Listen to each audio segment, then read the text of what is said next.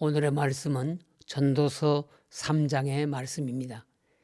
전도서의 첫 번째 주제는 1장 2절에 잘 나타나 있는 것과 같이 모든 것이 헛되다는 것입니다. 하나님의 뜻을 헤아리기에는 인간의 짧은 지혜와 지식으로는 한계가 있기 때문에 도저히 다 알 수가 없으므로 하나님의 뜻대로 선하게 살려고 하는 인간의 모든 노력과 수고는 헛되다는 것입니다. 이 주제는 전도서 전체에 걸쳐서 반복되고 있습니다.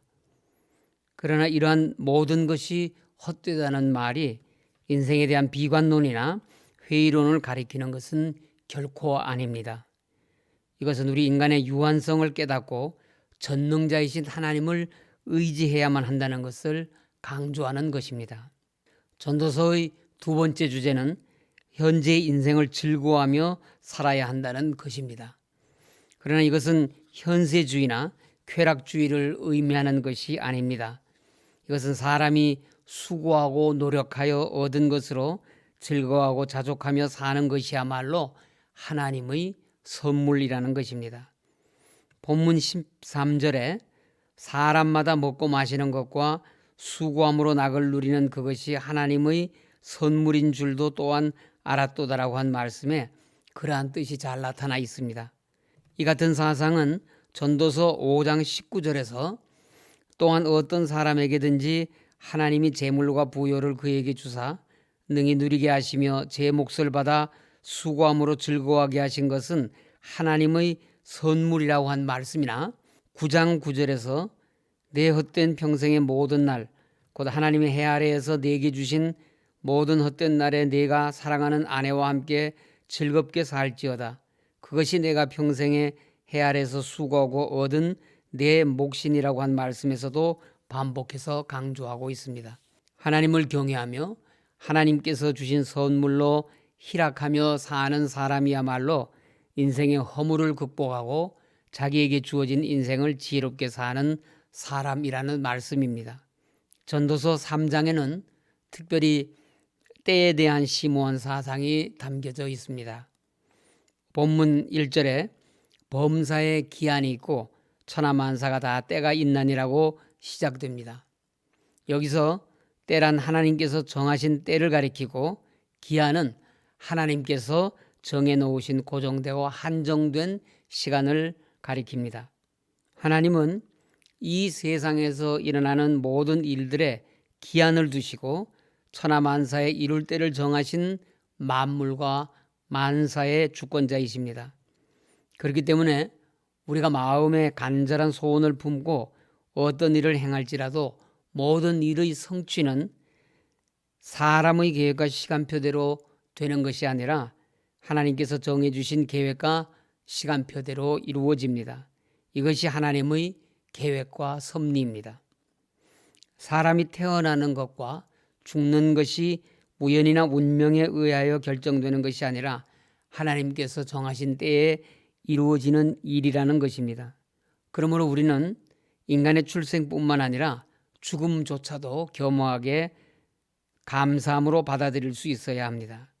왜냐하면 우리는 인생의 기쁨에서 뿐만 아니라 우리 인생의 슬픔에서조차도 그 안에서 하나님의 섭리를 발견할 수 있어야 하기 때문입니다. 우리에게 닥치는 어떤 일들 중에는 도무지 이해할 수 없는 일도 있지만은 우리 인생들과는 달리 하나님께는 아무 의미도 없이 행해지는 일은 없습니다. 그때는 이해할 수도 받아들일 수도 없었던 그 일이 지내놓고 돌아보면 그 또한 하나님의 은혜이었음을 우리는 얼마나 자주 경험하고 있습니까?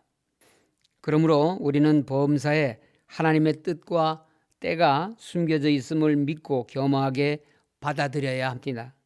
그 사람이 참된 지혜자요, 그러한 사람만이 주 안에서 참된 인생의 희락을 누릴 수가 있습니다. 사람의 일생을 통하여 맞이하게 되는 범사와 그 결과로 얻어지는 기쁨 혹은 괴로움은 근본적으로 사람의 의지에 의해 좌우되는 것이 아니라 하나님께서 정해놓으신 기한과 때에 알맞게 분배되고 이루어집니다.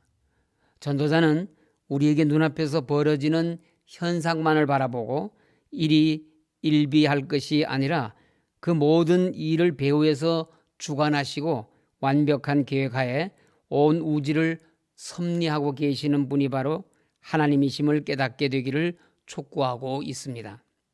하나님의 계획과 섭리 속에 이루어지는 모든 일들의 역사는 다 하나님의 때인 카이로스로 연결되며 그 결말은 항상 즐겁게 이루어집니다.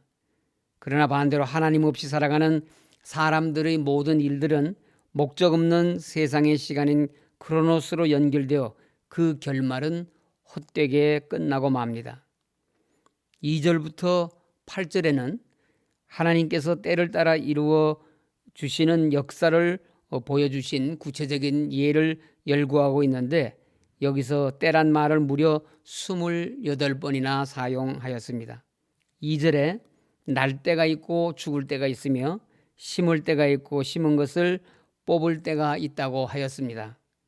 이것은 우리가 아무리 하나님의 선물로 우리 인생을 향유한다고 할지라도 하나님의 심판의 때가 있음을 잊지 말라는 경고의 말씀입니다.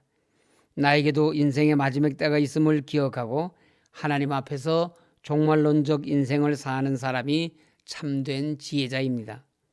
그러므로 비록 내 자신이 지금은 헐벗고 굶주린 인생을 살고 있다고 할지라도 낙심치 말 것은 내게도 마지막 때가 반드시 올 터이니 그날에는 이 땅에서의 모든 수고를 그치고 하나님 품 안에서 영원한 생명과 안식을 누리게 될 것이니 이보다 복되고 축복받은 사람이 누가 있겠습니까?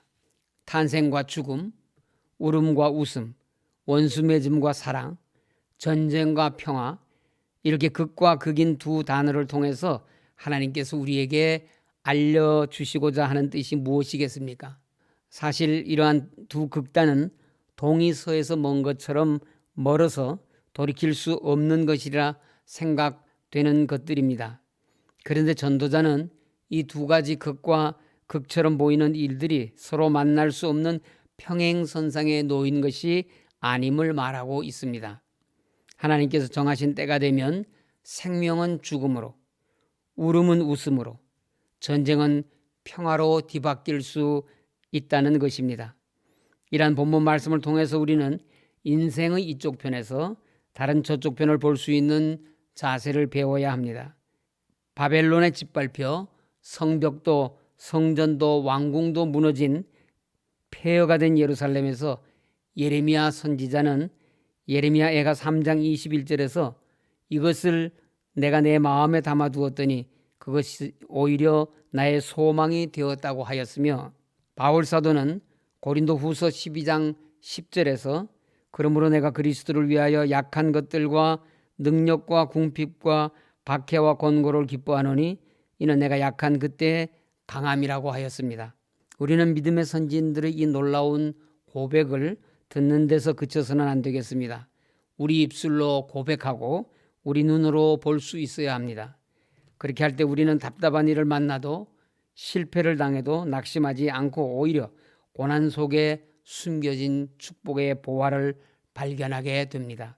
우리 인생에는 역경과 순경이 교차하고 성공과 실패가 반복되며 높아졌으면 낮아지고 부하기도 하고 가난하기도 하는 것 역시 이와 마찬가지입니다.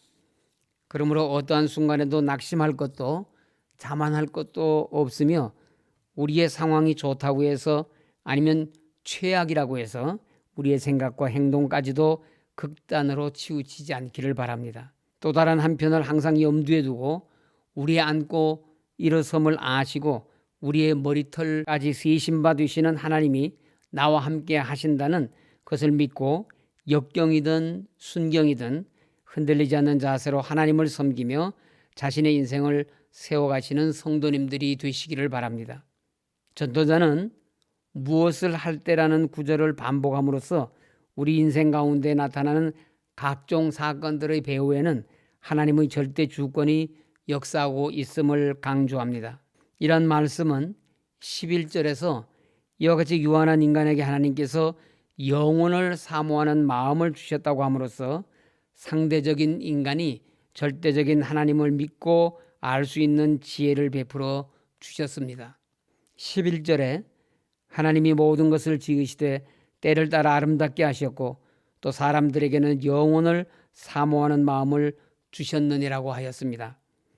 사람은 그 자체로서는 곧 사라져갈 허무한 존재에 불과하지만 영원하시고 절대자이신 하나님을 의지할 때 하나님께서 허락하시는 영원한 삶에 참여하는 영원한 존재가 될 수 있는 무한한 가능성을 가진 존재입니다. 그러나 11절 하반절에서 그러나 하나님이 하시는 일의 시종을 사람으로 측량할 수 없게 하셨도다라고 한 말씀은 인간은 영혼을 사모하는 존재임에도 불구하고 인간 스스로는 영원할 수도 없고 창조주이시며 절대자이신 하나님 앞에서 그분의 뜻조차 온전히 알 수 없는 유한하고 무력한 존재일 수밖에 없는 인간의 한계를 지적한 말씀입니다. 실로 인간은 하나님께서 섭리하시는 우주의 운행과 인간 역사의 극히 미비한 부분만을 헤아릴 수 있을 뿐입니다. 그러므로 이러한 유한한 존재인 우리는 하나님께서 허락하시는 자신의 삶을 기뻐하며 선을 행하는 것이 마땅하다는 것이 12절부터 12절의 말씀입니다. 13절에서는 그것을 하나님의 선물이라고 하였습니다. 우리에게 주어진 인생이 하나님의 선물이라는 말씀입니다. 그러므로 우리가 주어진 삶을 기뻐하며 선을 행하는 것은 피조물인 인간으로서 마땅한 일인 것입니다. 왜 우리가 하나님의 선물을 거부하거나 기뻐하지 않을 이유가 어디 있겠습니까? 말씀을 마치겠습니다.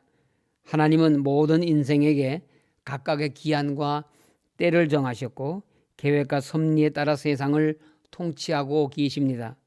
성실하고 최선을 다해 산다고 해도 우리의 수고와 노고는 죽음 앞에서 무의미하게 됩니다.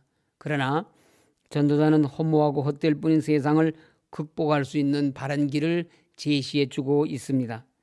그것은 먼저 하나님께서 주신 것을 감사하고 그 안에서 즐거움과 기쁨을 누리며 살아가는 자족하는 삶입니다. 또 하나는 영원하신 하나님을 사랑하고 그분을 경외함으로 인생의 유한함과 허무함을 극복하는 것입니다. 주님 안에서 즐겁고 기뻐하며 감사함으로 자족하는 생활과 하나님을 사랑하고 경외하는 신앙생활은 만사가 헛되고 헛된 세상에서 우리 인생의 목적지인 천국에 이르게 하며 영원한 생명인 영생으로 인도해 줄 것입니다.